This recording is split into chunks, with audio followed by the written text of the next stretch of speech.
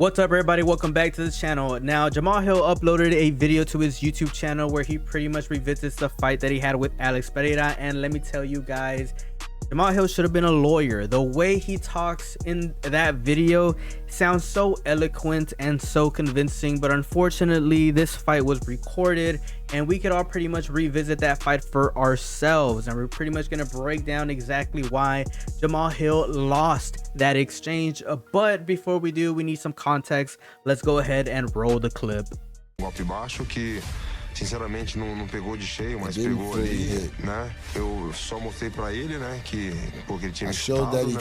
O árbitro ficar de olho também, né? Mas ele não queria parar a luta. Então, o árbitro veio pra interromper, pra ver que é o trabalho dele, ver se estava tudo bem. Eu só simplesmente fiz o sinal com a mão ali, ainda falei que estava tudo bem, e ele falou, segue a luta.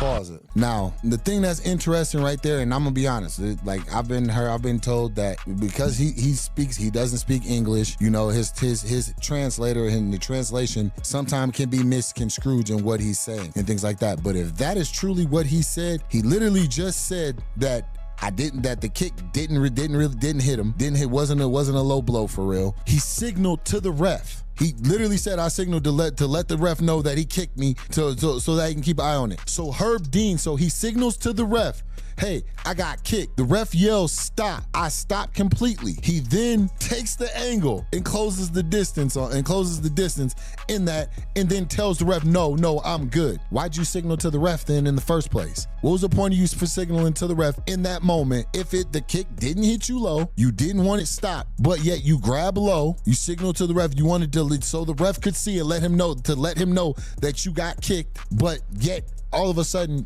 you don't want the fight to be stopped. Let's keep going. It was in the moment, and you had good distance. So and then he threw the groin shot, but did not really hurt me too much. So I chose to just keep pushing so I do not have to reset the distance, capitalize the moment. How did you get the distance? Let's go back. Let's go back again to when you can see literally. Well, y'all like, because a lot of people were like, oh, he gave him the thumbs up. Oh, he was cool. I was asking if he was okay. I did the thumbs up. He was closing the distance on me. From that thumbs up to the touch glove, like, yo, you okay? He doesn't speak English. I was asking him again, yo, are you okay? And when I went to go touch glove, he parried my hand. If you look, when Herb Dean does the signal to continue, he does it close here and at his chest to continue to fight. I didn't see that signal. At no point did you see me circle the way that I circled so flatly at that angle, giving up outside positioning. Let's just say that everything that Jamahal said was true, right? Let's say that, yeah, you know, Alex Pereira did touch his cup and kind of signal to Herb Dean that, you know, he did get hit in his johns. Herb Dean does square them off pretty close to each other, and you know, Alex Pereira does close the distance on him. But you know, I think that this position that Alex Pereira is in is not a dominant position at all. I don't think that it's a position where, you know, he has any significant advantage over Jamahal. I mean, let's just be honest, they're in a strict 50-50. This is a true 50-50. If I'm just being completely honest, they're both in neutral positions where they can both land shots on one another. Now, for those of you guys that don't know what the 50-50 is, it pretty much refers to a neutral position where both fighters have an equal chance to land strikes or advance a particular position. It implies that pretty much neither fighter has a clear advantage over the other. You know, at first Jamahal does the smart thing and he's looking for a disengagement, but not for a complete reset, which is probably his biggest mistake, was not looking for a complete reset against Alex Pereira. But then after getting controlled twice, by the way, he then challenges Alex Pereira into a 50-50 pretty much punch selection battle, on which punch was gonna land first. Was it gonna be Jamahal's cross, or was it gonna be Alex Pereira's hook? And of course, he lost that 50-50 battle. So at the end of the day, you can pretty much just sum up this entire exchange by literally saying that Jamahal lost that 50-50 battle. And honestly, I think that it's kind of silly for Jamahal to blame Alex Pereira for any wrongdoing, because he had the full time and opportunity to realize that, yeah, maybe that moment was a little weird and a little bit, different from what usually goes down in MMA fights. But he should have realized that, wow, I'm in the 50-50 right now with Alex Pereira. Herb Dean did not separate us. Let me put, my hands up. Let me look for some disengagements. Let me try to find a reset, but instead he goes for the ego challenge in the 50-50 literally a couple seconds later after disengaging. To me, it doesn't make any sense for him to blame Alex Pereira for any wrongdoing at all.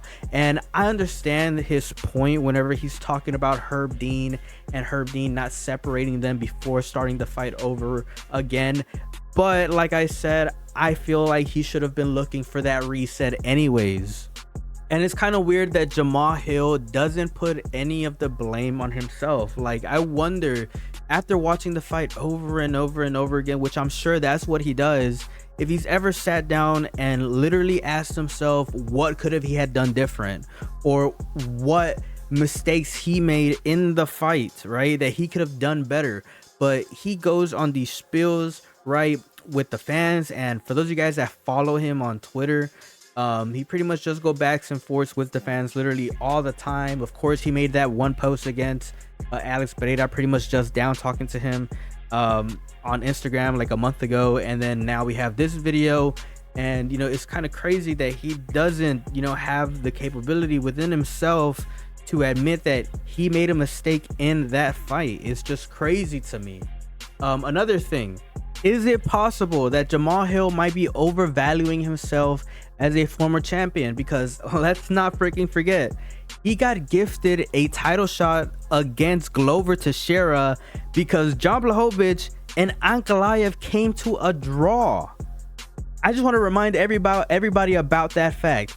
Ankalaev and Jan Blachowicz got a draw, and of course one of them was supposed to be champion, but then he got a freaking gifted fight against 43-year-old Glover Teixeira, which, by the way, wouldn't have never happened if Jiri, didn't relinquish his title because he got injured.